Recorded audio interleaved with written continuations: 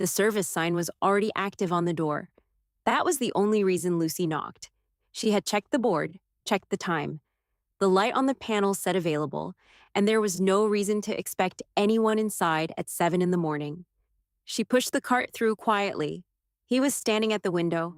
Blake Caldwell, owner of the Caldwell Grand Hotel, the man most of the staff recognized by reputation before they ever saw his face.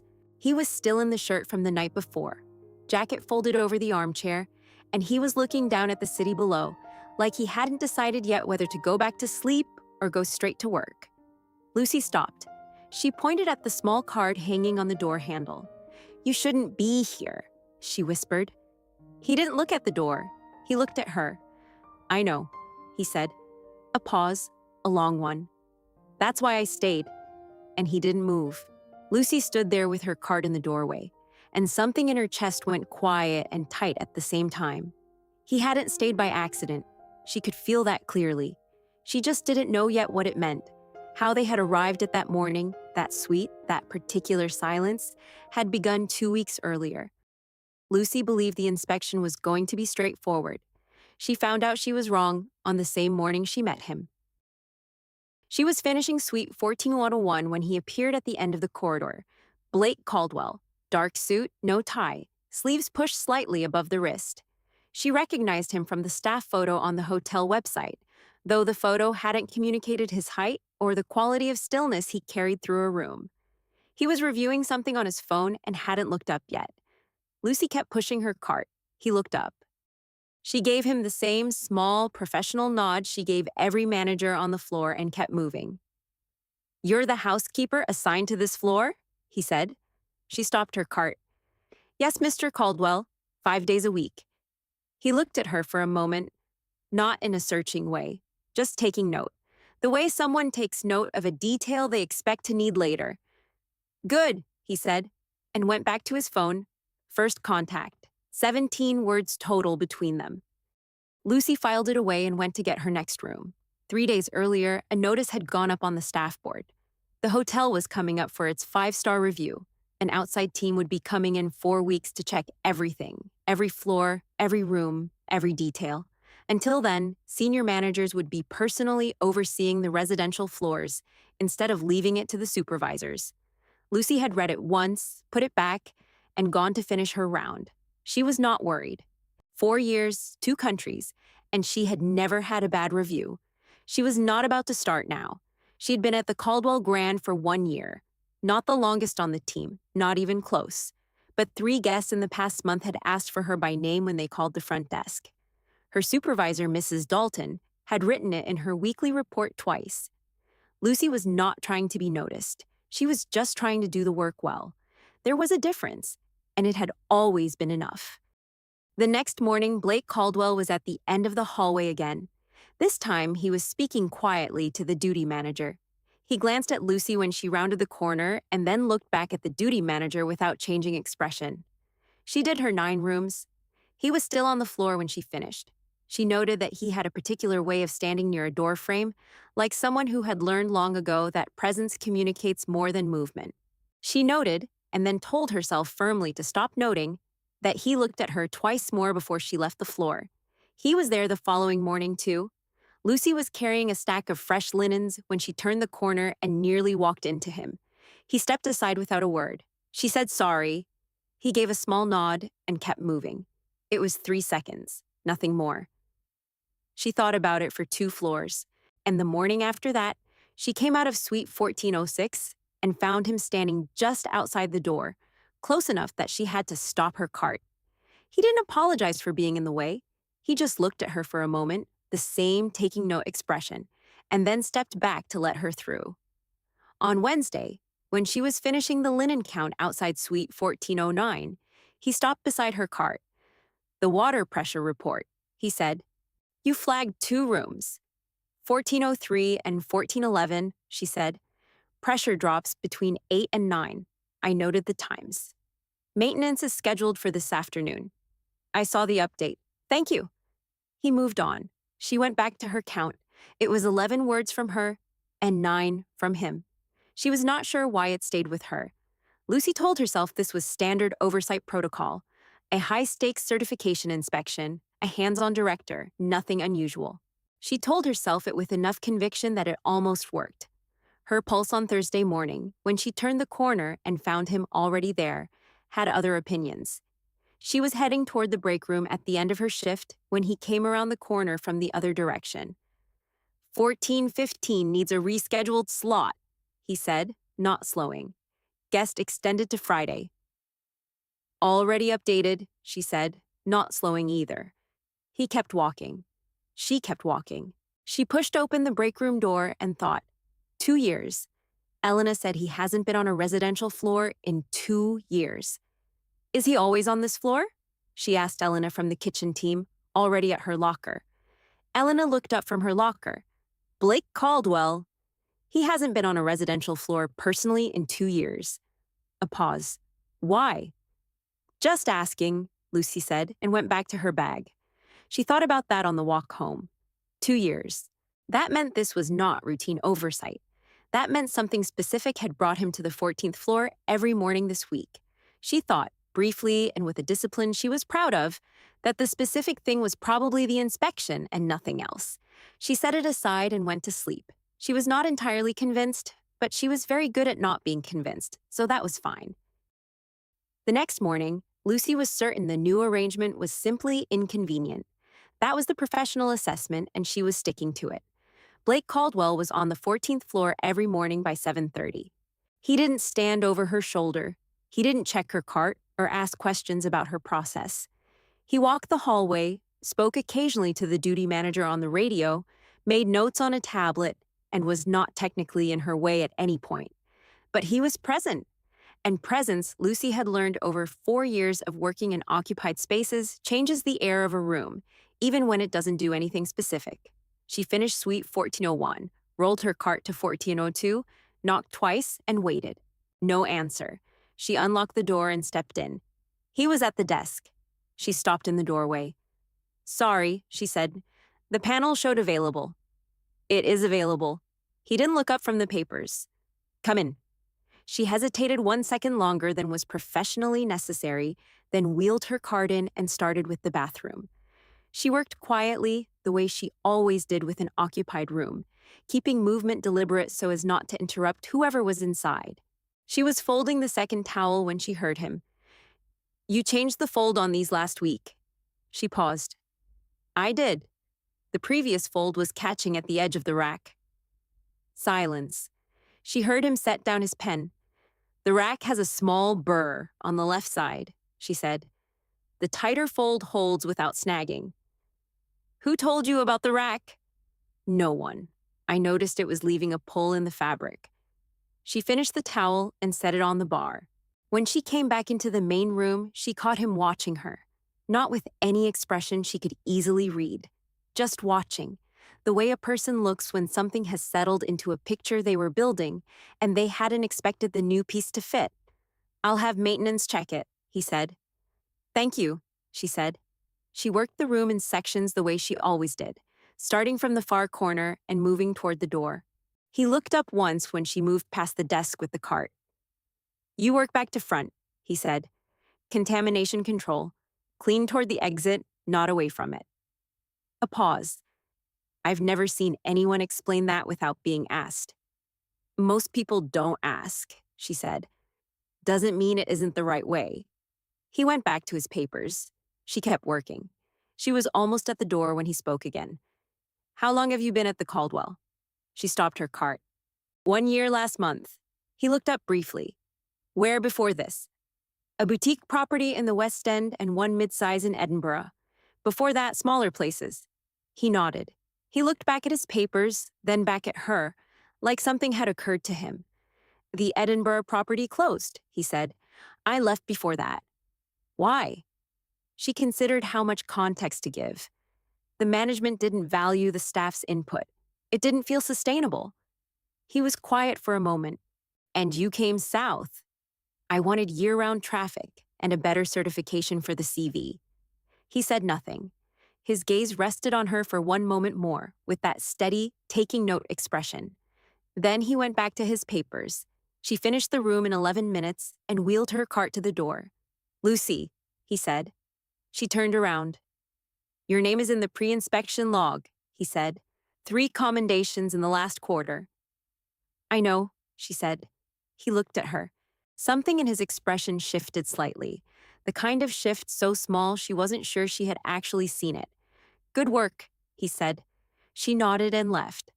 That afternoon, a note was slipped under the door of the staff break room. It was a maintenance report. The rack in suite 1402 had been replaced. At the bottom, in handwriting that was precise and a little compressed, noted BC.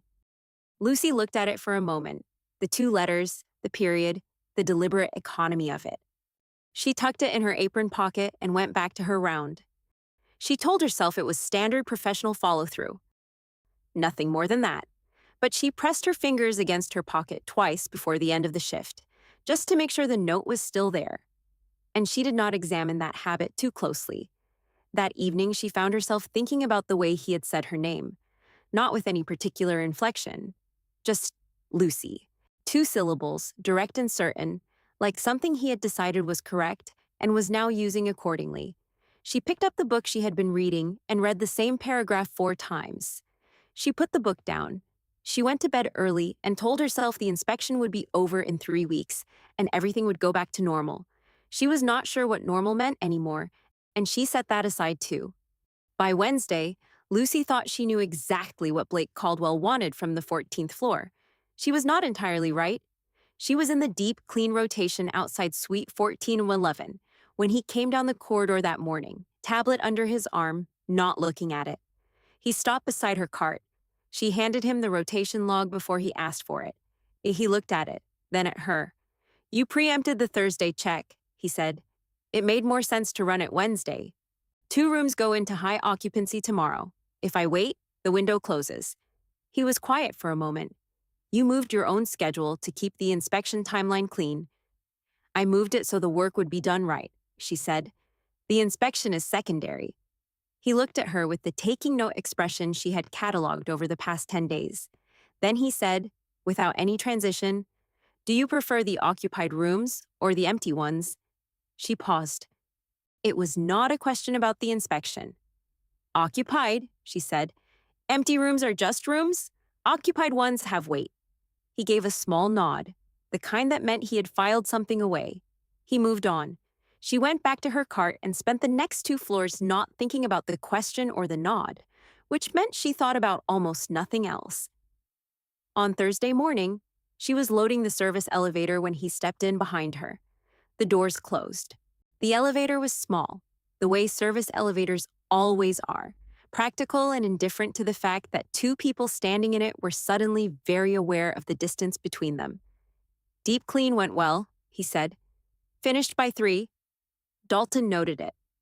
Good. A pause. The elevator moved. You mentioned Edinburgh closed, he said. Were you glad to leave? She glanced at him sideways. It was an odd question from a director running a certification inspection. I was ready, she said carefully. That's not the same thing. No, she agreed. It isn't. The doors opened. She wheeled her cart out. He held the door with one hand, not following. Ready for what? He said. She turned to look at him. His hand was still on the elevator door, and his expression was exactly what it always was, measured and still, except for something at the edges that was neither.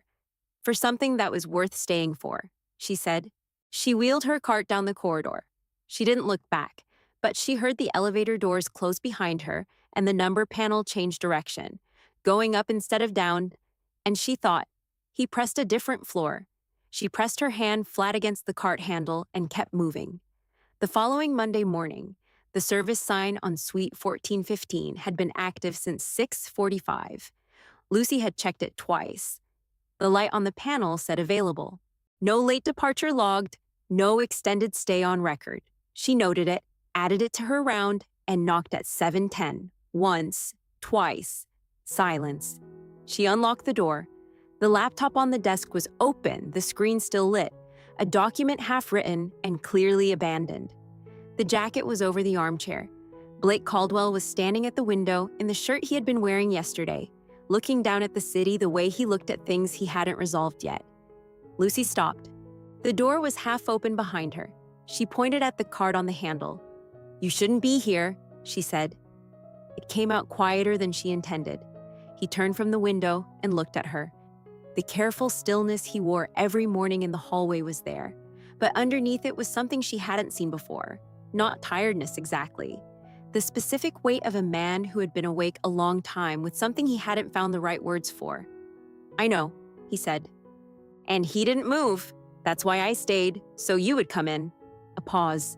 "Please, do your work as if I'm not here." Lucy stood in the doorway for one full second. Then she wheeled her cart in and started with the bathroom. She worked the way she always worked in an occupied room, deliberate and quiet. He stayed at the window. The city was already at full volume outside. Inside the suite, the only sounds were her cart and the faint hum of the open laptop and the particular silence of two people choosing not to speak. She was refolding the duvet when he spoke. "You always close the left curtain an inch," he said. "Never the right." She smoothed the edge of the pillow. "The afternoon sun comes from that angle. It fades the carpet edge over time." A pause. "I've had 10 housekeepers on this floor in 6 years," he said. "None of them noticed that." She said nothing. She moved to the windows and adjusted the left curtain exactly 1 inch, the way she always did. "Why do you notice things other people don't?" he said. She considered for a moment. "Because I decided to." She heard him turn slightly from the window. Not much, just enough.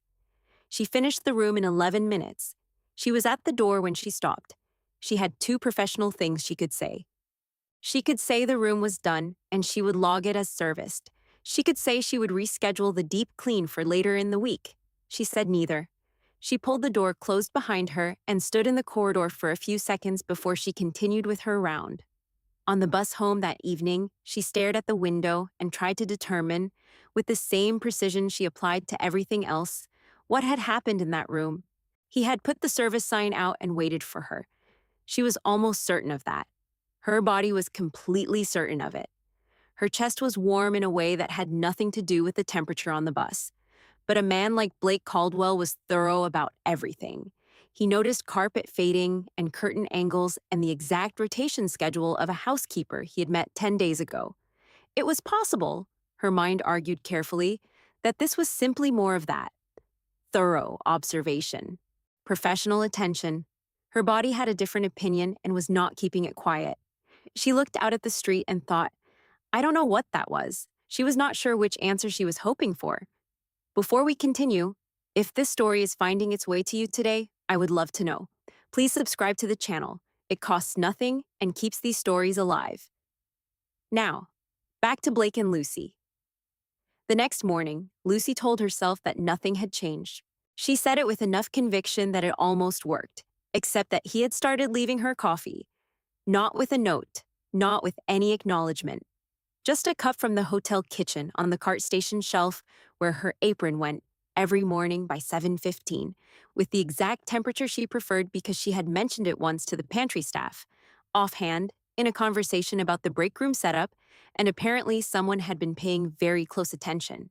The first morning she assumed it was a mistake. The second morning she checked the cup for a name. The third morning she stopped checking and just drank it.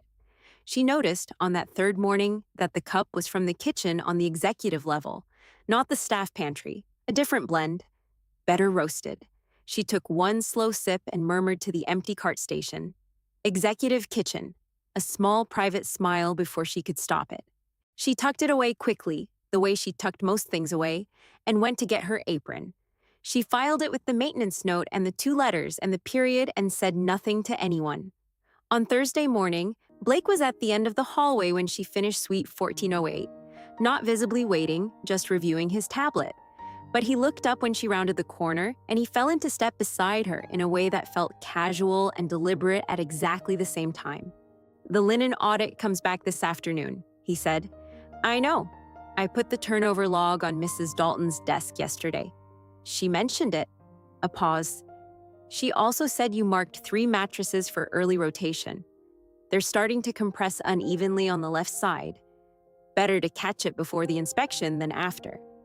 He was quiet for a few steps, then, "How long have you been in housekeeping?" "Professionally, about 4 years." Here, 1 year last month.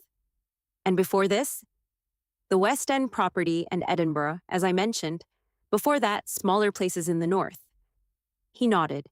Not the nod people give while waiting for you to stop talking. The nod people give when a piece of information has settled correctly into a picture they were already building. You transferred down for the certification record, he said. And the city. Edinburgh has short seasons. Are you planning to leave once something larger comes up? It was asked in the same even, observational tone he used for everything. But his pace, she noticed, had slowed very slightly. I'm planning to grow, she said. That's different from planning to leave. He looked at her, that direct measuring look, and something underneath it now that was harder to categorize. Yes, he said. It is. They reached the service elevator. She pressed the button. He stayed where he was, tablet under his arm. There's a staff terrace on the 6th floor, he said. Most people don't use it. She looked at him. I'll be there at 12:35, he said. The elevator arrived. She stepped in. He didn't follow. She pressed her floor and watched the doors close and stood very still on the way down with her hands at her sides and her pulse doing something entirely unprofessional. At 12:34, she was on the 6th floor terrace. He arrived at 12:35 exactly, which surprised her not at all. He handed her a coffee without ceremony, the same blend from the executive kitchen, and stood at the railing looking out at the buildings across the street. Below them, the city moved in its usual afternoon way, loud and indifferent and completely unaware of what was happening on the 6th floor. You could have gone to a larger property after Edinburgh, he said. I chose here specifically. Why the Caldwell? Lucy thought for a moment. The retention numbers, the certification record, the staff turnover rate, which is unusually low for a property this size. She glanced at him sideways. Also, someone on a hospitality forum said the director general had very high standards and didn't micromanage the residential floors. He was quiet. They were partially right, she said. Which part were they wrong about? The high standards, she said pleasantly. Those are extremely real. The corner of his mouth moved. Not quite a smile, but close enough that her stomach did something uncooperative, and she looked back at the street. My father started this hotel, he said. It was an abrupt shift in direction, the way his changes of direction always were, without transition or preamble. 41 years ago. He opened with 42 rooms and a staff of 18. He looked at the street below. He still comes in, Tuesdays usually. He has strong opinions about how the property should run. That sounds like it has been useful over the years, Lucy said carefully. It has. A pause. It has also, occasionally, been something other than useful. He said it simply, without weight, but she heard what was underneath it. His name is Vincent, he said. You'll likely see him on the floor at some point. He notices things about people, situations. The way he said it was measured, like the sentence was carrying a small warning wrapped in something that wasn't quite ready to name itself. I'll be professional, Lucy said. You're always professional. That's not what I meant. She waited. He looked at her. Then he looked back at the street, and she had the impression of a man deciding how much of what he actually meant to say he was going to say. I just meant that he notices, he said finally. That's all. She nodded and let it rest there. They stayed on the terrace for 20 minutes. The city below did its Thursday afternoon things. He told her about the hotel in its early years. A few details, nothing revealing. Just the texture of a place being built by someone with more stubbornness than money. She told him about the Edinburgh property before it closed, the slow way a place loses its character when the people at the top stop caring about the ones at the bottom. He listened without interrupting, which she appreciated more than she would have expected. When it was time to go, he reached past her to set his cup on the ledge, and his arm crossed close enough to hers that she felt the warmth of it. He didn't pull back immediately. For 1 second, a small and entirely deliberate second, his arm stayed near hers while he found the space on the ledge. Then he straightened and took a step back properly. They walked to the terrace door with a respectable distance between them and absolutely nothing resolved. She went through the door. He held it. Their arms were close enough that she felt the warmth of his sleeve against hers for exactly one step. "Tomorrow morning," he said, without turning around. "Tomorrow morning," she said. She took the stairs slowly. She was smiling by the second-floor landing, and she let herself do it without commentary. Just this once, because no one was watching, and it was Thursday, and it had been a very specific kind of afternoon. The following day, Lucy was not having a difficult morning. Then she was. The guest in suite 1407 had been checked in under a corporate account, which usually meant someone who knew exactly what they were entitled to and preferred to spend their stay reminding the staff. Lucy had a system for that type. She had refined it over 4 years and 2 countries, and it had never failed her. The system did not survive 10 past 9. She had been finishing the bathroom when she heard his voice in the main room, pitched at the volume people use when they specifically want to be overheard. "I specifically requested the premium linen service." Premium. Do you understand what that word means? Lucy came out of the bathroom calmly. She was holding a hand towel. "Good morning, Mr. Elliott. I can check the notes on your reservation right now." "There's nothing to check. I spoke to the front desk last night. This is standard grade linen. I have been a guest at this hotel for 11 years. 11 years. I expect the service I requested." Lucy set the towel down on the edge of the cart. Mrs. Dalton was standing in the doorway. Lucy looked at her once. Mrs. Dalton looked back with the expression of someone who was going to be very helpful just as soon as the situation resolved itself without her involvement. Lucy turned back to Mr. Elliott. "The premium linen service requires 48 hours advance notice for preparation and delivery," she said. "If the request was made last night, the earliest it can be arranged is tomorrow morning. I'll confirm with the front desk and personally make sure your preferences are updated in the system." "I don't want it tomorrow." "I understand. I'm sorry the timeline wasn't communicated to you more clearly at check-in. I'll flag that as a training note so it doesn't happen again." "You'll flag it." He repeated it back with the tone people use to communicate that they are doing someone a favor by continuing to speak to them. "What exactly is your role here?" "I'm the housekeeper assigned to this floor." "Then you can pass a message along and hope someone more competent receives it." The room was quiet except for the sound of the city outside and Lucy's very deliberate, very controlled breathing. She had a response ready. She was about to deliver it in exactly the measured, professional tone she had been trained to use when she heard a voice from the doorway. "Mr. Elliott." Blake Caldwell stepped into the room. He had been in the hallway. No one had known he was there. He looked at Lucy first, just for a moment, directly.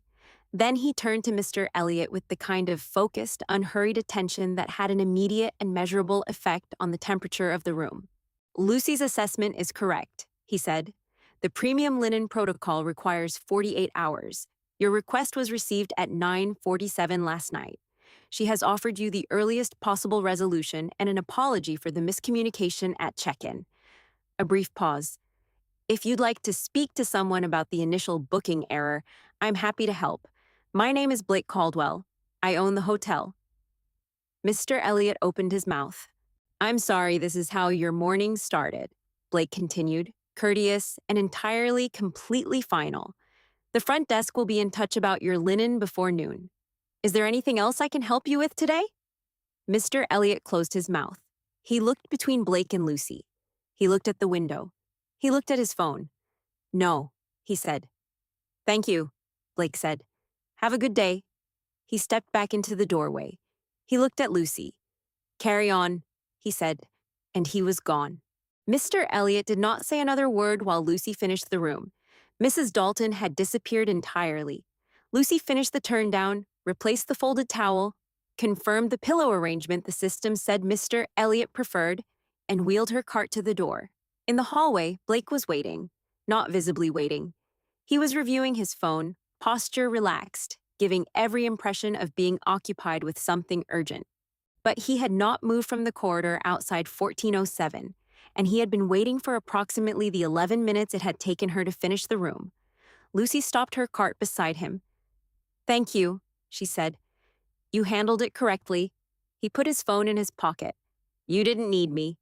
"No," she agreed. "But it helped."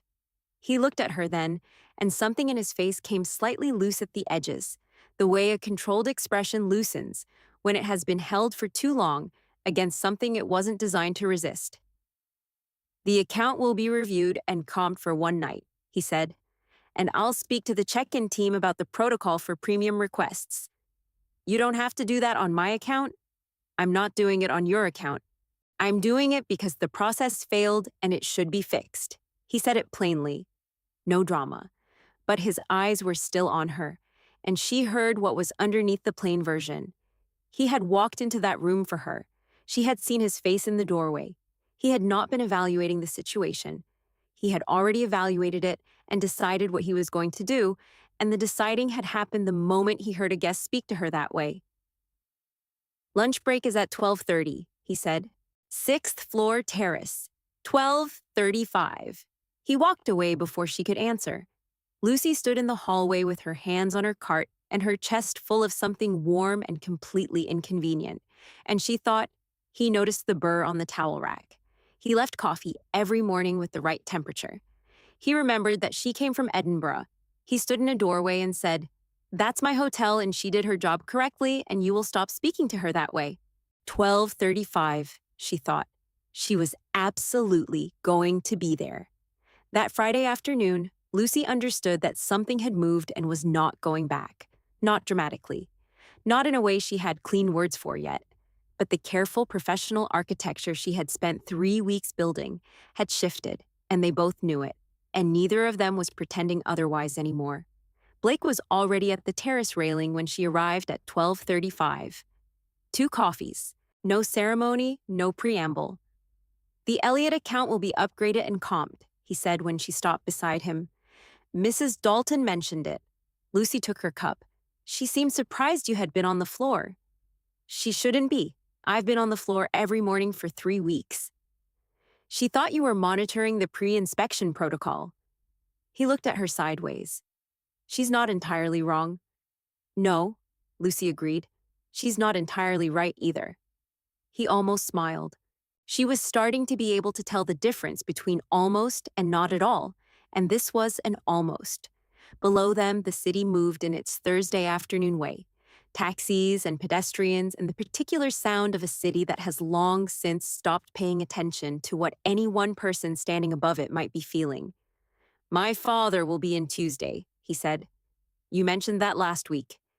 "I'm mentioning it again." Lucy looked at him. His jaw was set slightly more than usual. She had learned the degree of set that meant focus and the degree that meant concern, and this was the second one. "Is there something specific I should know?" she asked. He was quiet for a moment, looking at the street below. "He'll notice you. He always notices things about situations, people who are adjacent to me." "Adjacent?" she said. He looked at her directly. "That's not the right word." "It's fine," she said. "I know what you mean." He looked at her for a moment longer. "He doesn't always say what he's actually thinking. He says the thing next to it. So he's careful with words. He's strategic with words." He paused. "There's a difference." Lucy nodded slowly. She was beginning to understand the shape of what he was warning her about, even if he hadn't said it plainly yet. A father who built something from nothing and watched it grow and had very specific ideas about what belonged near it and what didn't. She had met versions of that concern before, in smaller forms, in different rooms, and she knew how to handle it. She was not afraid of it, but she filed it away carefully, the way she filed everything. "I can take care of myself," she said. "I know that." He said it without hesitation. "That's not why I'm telling you." She waited. He turned slightly toward her, at the angle he sometimes used when he was about to say something that wasn't from the professional part of him. "I'm telling you because I don't want you to think, if he says something, that it came from me, or that it reflects what I think." "About me?" "About any of this," he said. The terrace was quiet. Somewhere below them, a delivery truck reversed slowly with its backing up signal, steady and unhurried. Lucy felt the warmth from his arm near hers at the railing. "Blake," she said. "Yes." "Are you asking me to trust you?" He looked at her. Something shifted in his expression. careful and open at the same time. "I'm asking you too," he started. Then he stopped. He looked at his cup. "Yes," he said. "That's what I'm asking." She studied the faint tension in his shoulders for a long moment. "Okay," she said. He looked back at her. The almost smile again, fuller this time, almost real. "Good," he said. When it was time to go, he reached past her to set his cup on the ledge, and his arm stayed close to hers for that same deliberate second. Then he straightened, and they walked to the door together, arms almost touching with every step, warm and unhurried. "Tomorrow morning," he said at the door. "Tomorrow morning," she agreed. She was still thinking about the way he had said trust you, not trust the situation, not trust that this will work out, but trust you specifically, like she was the thing he was asking her to have faith in, not the outcome. She thought about it for 3 floors on the way down and smiled about it quietly, just for herself, with no one watching. The following Tuesday, Lucy thought she understood what they were doing. She was not entirely right. Tuesday was Vincent's day. She had heard his name mentioned twice before she saw him. Once from a room service attendant who mentioned he was already on the executive floor. Once from Mrs. Dalton, who straightened her collar and checked her watch and said nothing else. Lucy was in the linen corridor when she saw him. He was older than she had pictured, though the resemblance to Blake was immediate and physical. Same height, same jaw, same quality of stillness that made you feel, looking at him, that he had already made several assessments before you had finished crossing the room toward him. He was dressed well and moved through the corridor with the unhurried ease of someone who had owned this space for 40 years and expected to own it for 40 more. He looked at her once. She gave him her professional nod and went back to the linen count. He did not stop. He continued down the corridor. But she felt the look stay with her after he was gone. Not a threatening feeling, just a weight. The feeling of being evaluated by someone who was very good at it. She thought about what Blake had said. He says the thing next to what he's actually thinking. She filed it away and went back to work. That evening, at the end of her shift, Blake appeared in the doorway of the staff room. He did not come to the staff room. In all the weeks on the floor, she had never seen him in the staff room. Several of the other housekeepers looked up when he appeared. He looked only at Lucy. "Do you have 5 minutes?" he said. She did. They went to the small office near the service stairs, the room supervisors used for performance reviews. 2 chairs and a table and a corkboard with the pre-inspection checklist pinned to it. He closed the door. He sat across from her and looked at the table for a moment before he looked at her. "My father asked about you today," he said. "What did he ask?" "Who you were, how long you had been on the floor." A pause, brief and deliberate. "Whether I had spoken to you outside the inspection context?" The air in the small room shifted. "What did you tell him?" "The truth, that you are the most thorough person on this floor, that we have had several conversations." He met her eyes, the direct look, but something different in it now, something closer to the surface than usual. "And he said I should be careful." Lucy looked at her hands on the table, then at him. "I don't want to be careful," he said. "I want to be honest, which is not something I've been particularly good at lately. With myself." "With yourself," she said. "Yes." The small room was very quiet. The service elevator hummed somewhere down the corridor. Outside the window, there was the low sound of the city doing its evening things. "I don't know exactly what this is," he said. "I know it started in a professional context. I know there are reasons why this conversation is complicated. I know I'm the one who created most of those complications." He stopped, set his hands flat on the table. "But I don't want to keep acting like the only reason I'm on the 14th floor every morning is the inspection." Lucy's chest tightened in a way that was not at all unpleasant. "Blake," she said. "I'm not asking for a decision," he said quickly. "I just needed you to know that part, clearly." She looked at him. His face was careful in the way it was always careful, but the layer underneath it had thinned. She could see what was there. She had been able to see it for 2 weeks, and she had been pretending, very professionally, that she couldn't. "I know," she said. "I think I've known for a while." He exhaled, very quietly, the kind of exhale that means a weight has been acknowledged even if it hasn't been put down yet. The space between them, which had been large and professional and carefully managed for 4 weeks, had shrunk to almost nothing. He reached across the table and covered her hand with his.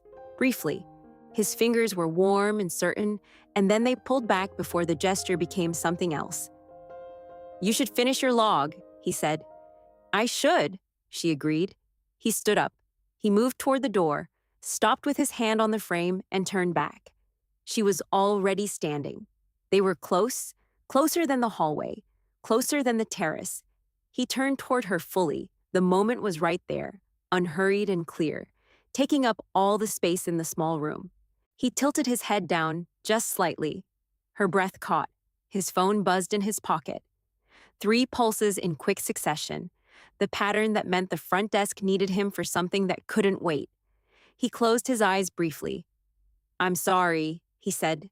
"It's fine," she said, and meant it. He left. She stood in the small room for a moment, the checklist on the corkboard, the 2 chairs, her hand still warm from his.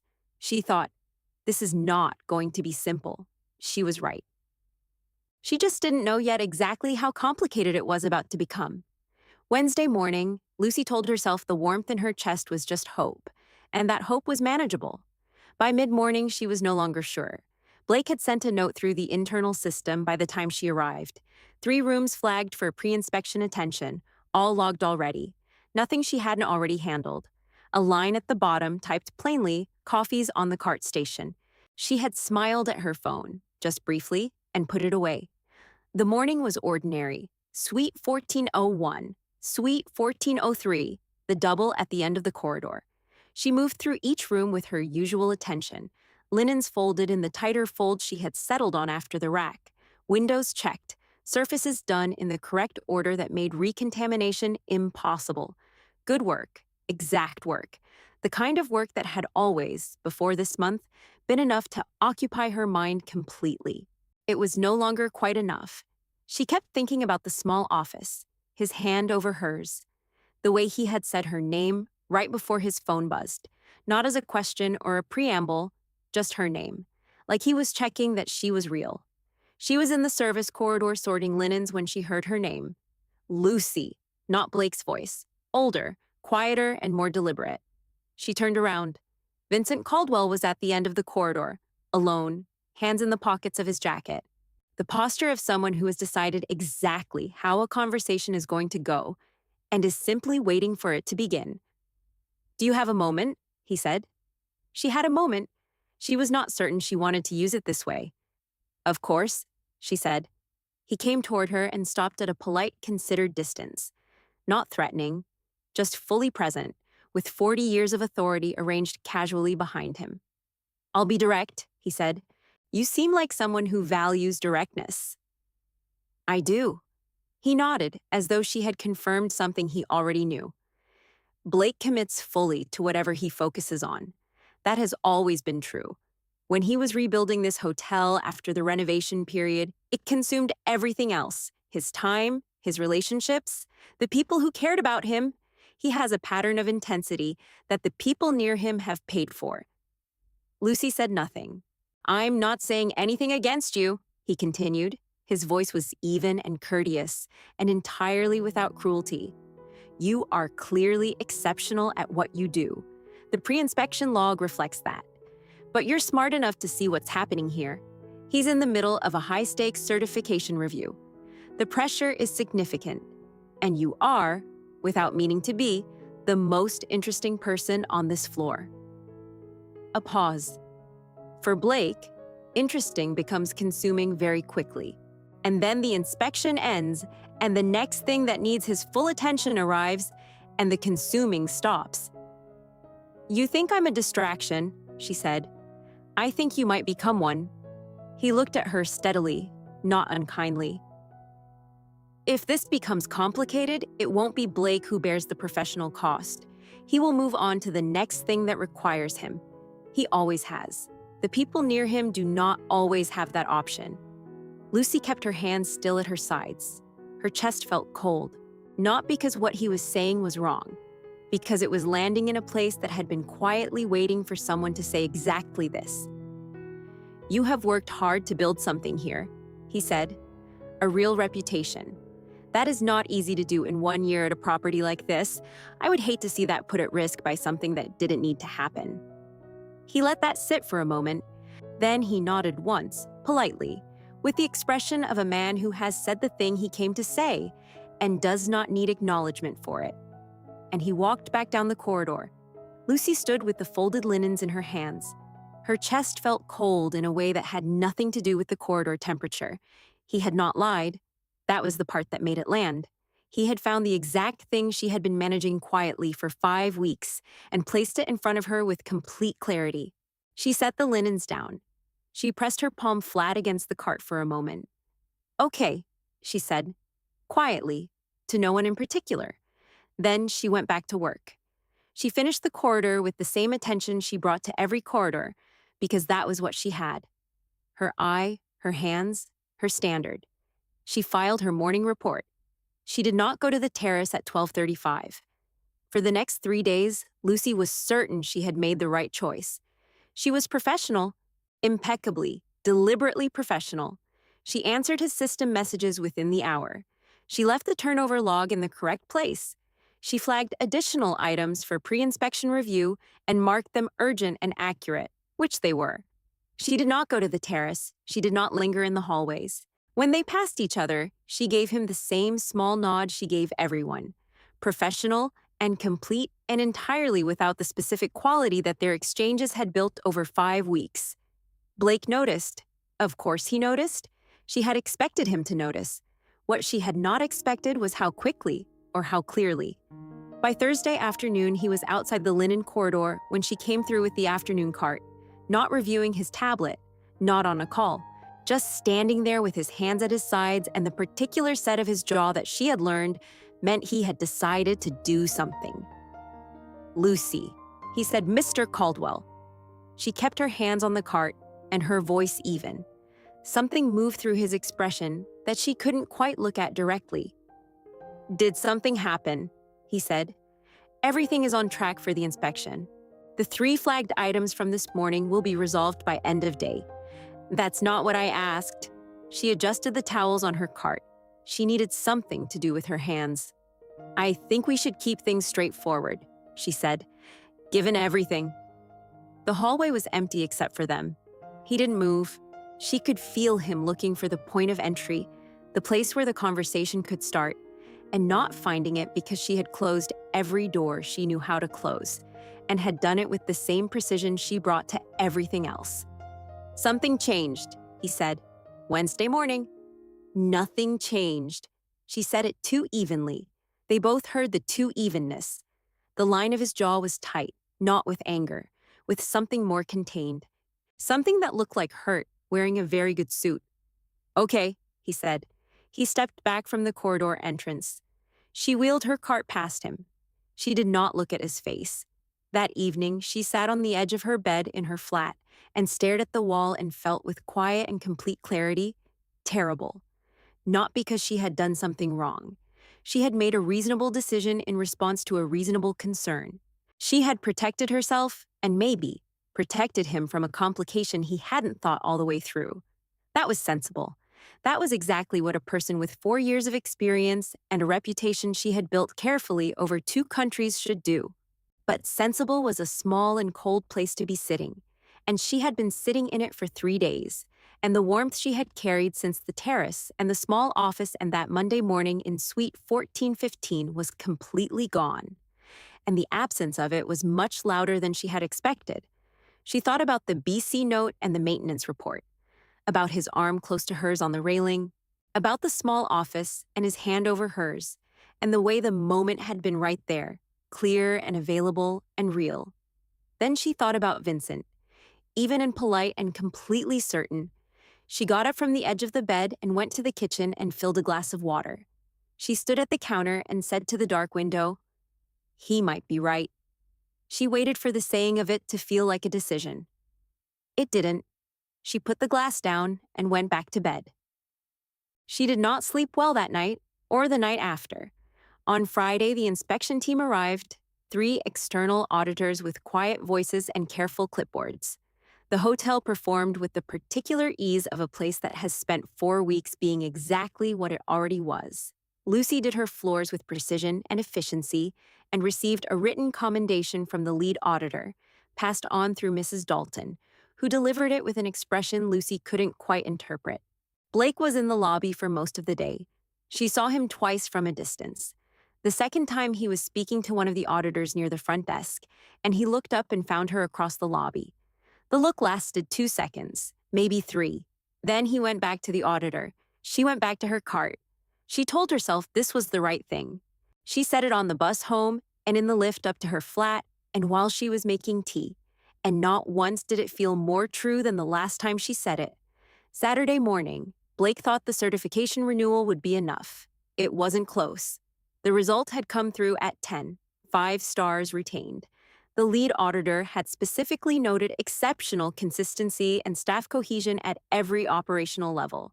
There was champagne in the conference room at noon, speeches, a photograph for the hotel website. Blake stood at the edge of the room and said the right things and shook the right hands and watched Lucy from across the room.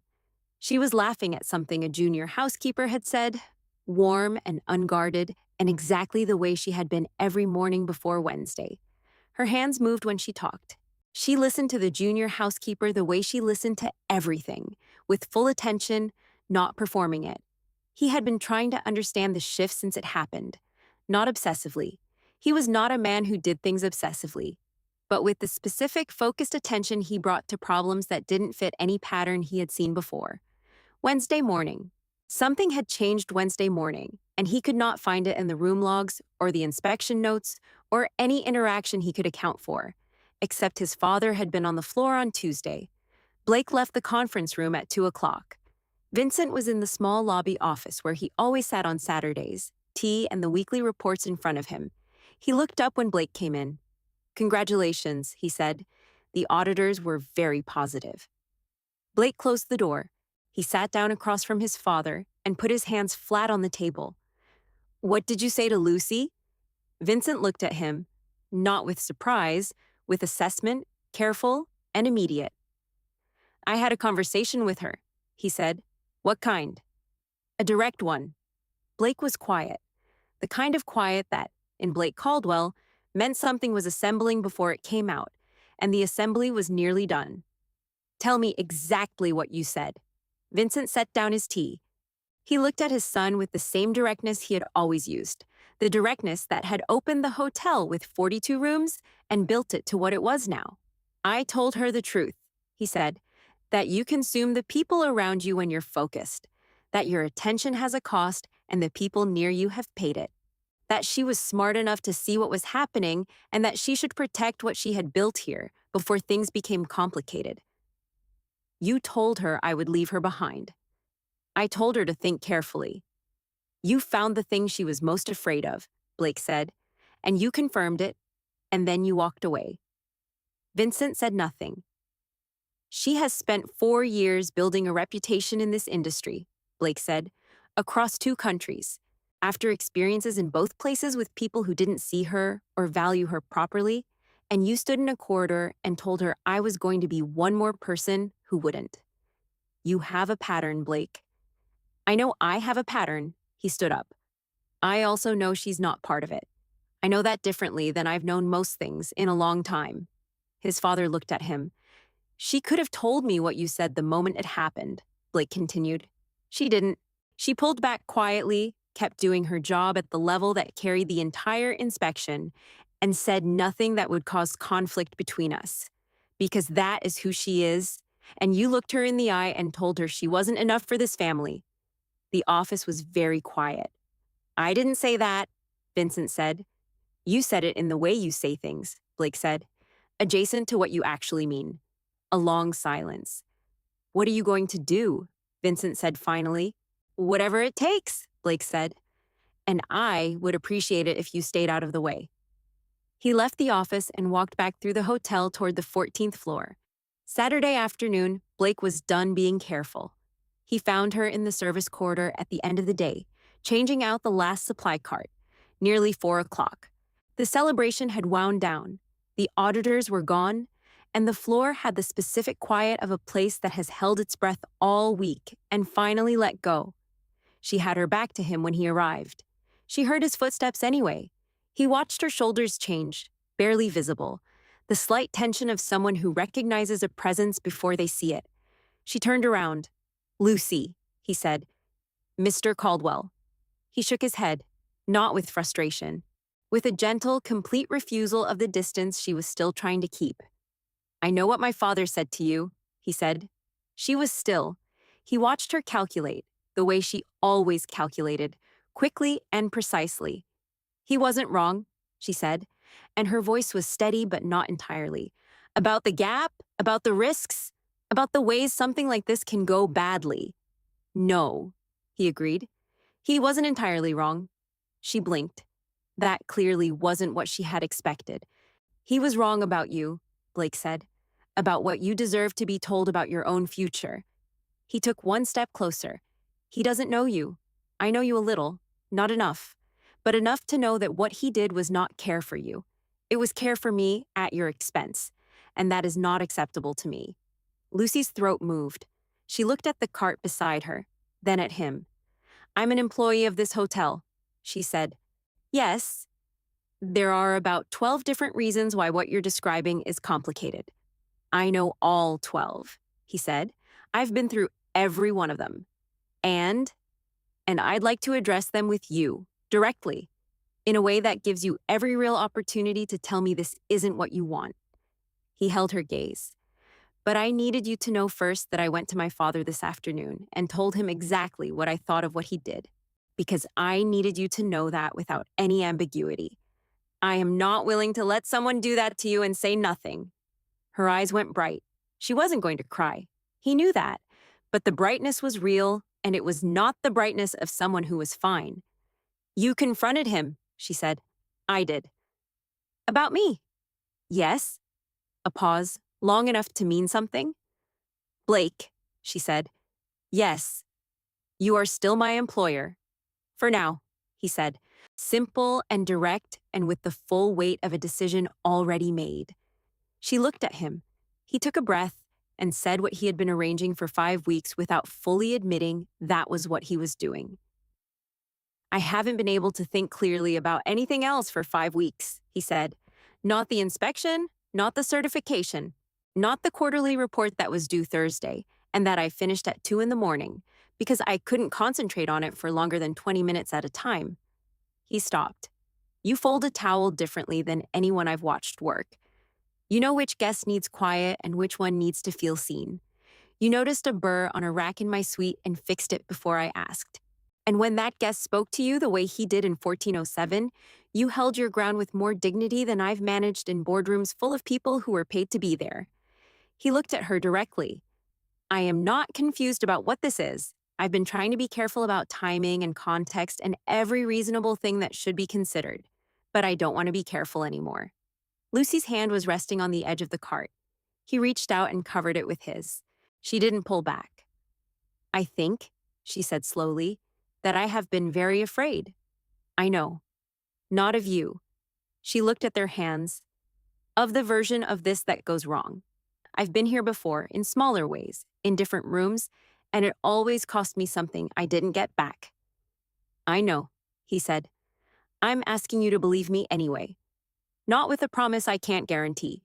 With everything I can give you that is concrete and real and visible right now." He turned her hand over in his. "I'm asking you to let me try." She looked at him for a long time. "You are," she said. Very difficult to ignore. "So, I've been told."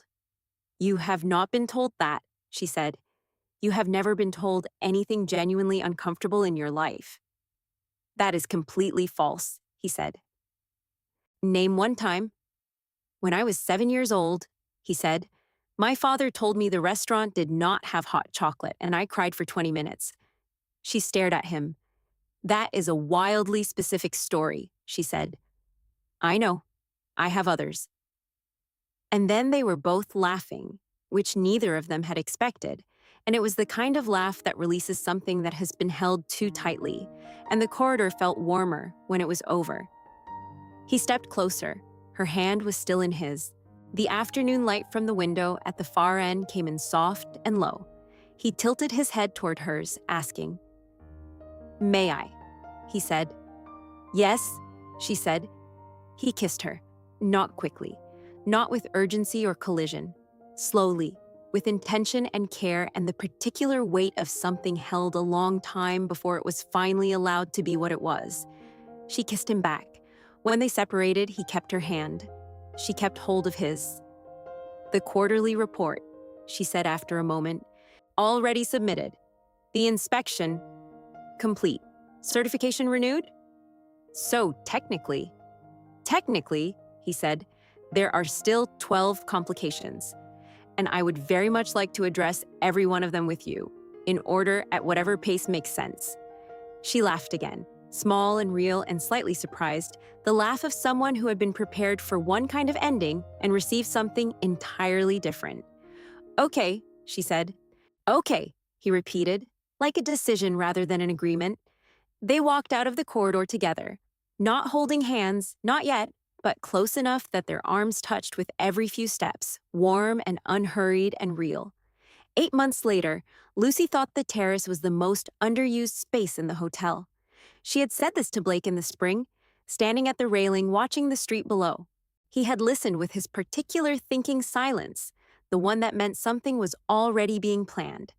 By June, there were new chairs and a small canopy, and the terrace served morning coffee for executive guests 3 days a week. He hadn't told her he was going to do it. He had just done it, the way he did most things, directly and without announcement, and then walked her up there one morning with 2 cups and said, "You were right about the terrace." "I'm right about a lot of things," she said. "You are," he agreed. "It's not endearing." "Yes, it is." He looked at her. "Yes," he said. "It is." She had been right about several things and wrong about others. And he was patient about both in ways she hadn't expected from a man who moved through the world, like he had always known exactly where he was going. The wedding had been small. A hotel, obviously, though not theirs. He had insisted on neutral territory, which she found endearing in someone who occupied every room like he had always owned it. 30 people. Her sister from Edinburgh, who had cried from the moment she landed at the airport, and who had told Blake, the first evening they all had dinner together, exactly what would happen if he made her sister unhappy. She had used specific and not entirely theoretical language. He had received it with the same measured respect he brought to everything and said, "That's fair." Her sister had decided, after a moment, that she liked him. And Vincent. Lucy had been uncertain about Vincent until several weeks before the ceremony. He had apologized in his own way, without decoration, and the apology had acknowledged what he did with the same directness he used for everything. She had accepted it. She had not forgotten it, but she had decided that acceptance was enough to build forward from, and she was good at building forward. At the reception, she was standing near the window when she felt rather than heard someone stop beside her. Vincent. Hands at his sides, looking out at the street below, the way Blake looked out windows, like something out there was worth watching carefully. He was quiet for a moment. "You could have told him what I said to you," he said, "that same day."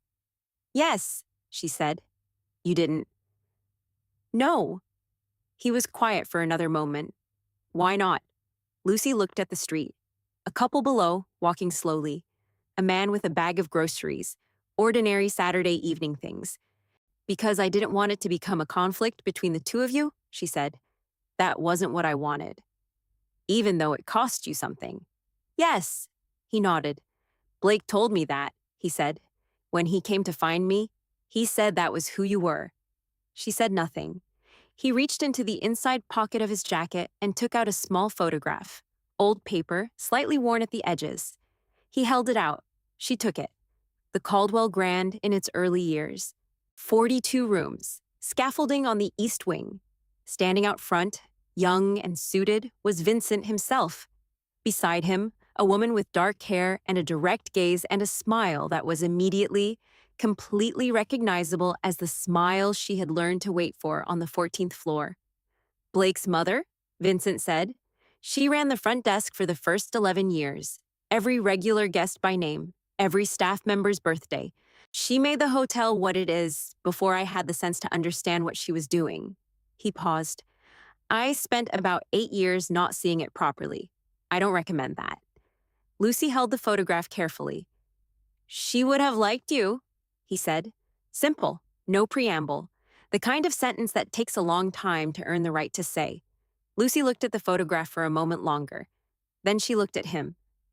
Thank you, Vincent, she said. He nodded. He took the photograph back carefully and returned it to his pocket. He stayed beside her for another minute, both of them looking out at the street below. You're good for him, he said. He was. He was running on empty for a long time before you. I knew it. I didn't want to know it. He doesn't run on empty anymore, she said. No. A pause. He doesn't. Then Blake appeared from across the room, moving directly toward her the way he always moved toward her now, without pausing to consider whether it was the right moment, because he had decided it was, and that settled it. He handed her a glass and stood close, shoulder just touching hers. He looked at his father. Terrace has good light today, he said to both of them. It does, Lucy said.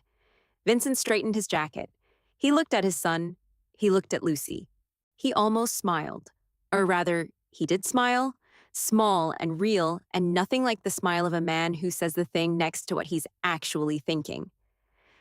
I'll see you both Tuesday, he said, and he walked away. Blake watched him go. Then he looked at Lucy. He showed you the photograph, he said. Yes.